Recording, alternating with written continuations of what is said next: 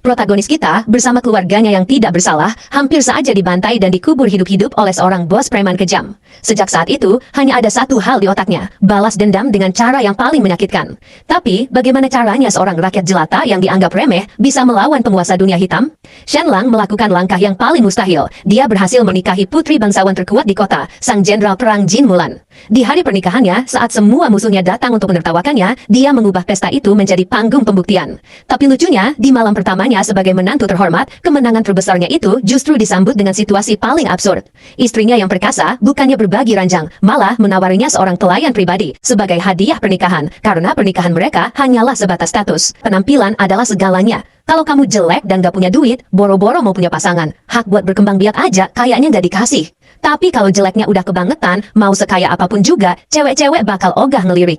Nah, protagonis kita, Shen Lang, sayangnya masuk kategori jelek yang gak ketolong. Padahal ya, dulunya, dia itu cowok super ganteng dan jenius abis. Cuma gara-gara kecelakaan di laboratorium, mukanya hancur kena asam sulfat, dan dia berubah jadi monster yang ditakuti semua orang. Cewek-cewek mana berani natap mukanya lebih dari sedetik? Sejak saat itu, dia mutusin buat fokus total sama karirnya. Keahlian medisnya yang luar biasa, bikin dia jadi raja di dunia kedokteran selama 20 tahun, sampai akhirnya perang pecah. Dia pun dengan sukarela jadi dokter militer dan ikut ke medan perang.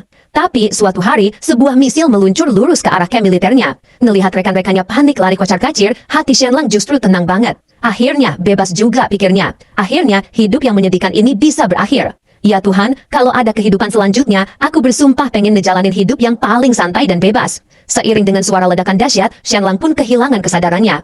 Entah berapa lama waktu berlalu, Shen Lang akhirnya sadar. Tapi, pas dia ngelihat dekorasi di sekelilingnya, matanya langsung melek. Dia langsung duduk dan ngelihat sekeliling. Bukannya aku udah mati, ini di mana lagi? Ngelihat lingkungan yang antik dan klasik, Shen Lang bingung banget. Dia perlahan bangkit, dan pas ngelihat dirinya sendiri pakai baju kuno, dia kaget setengah mati.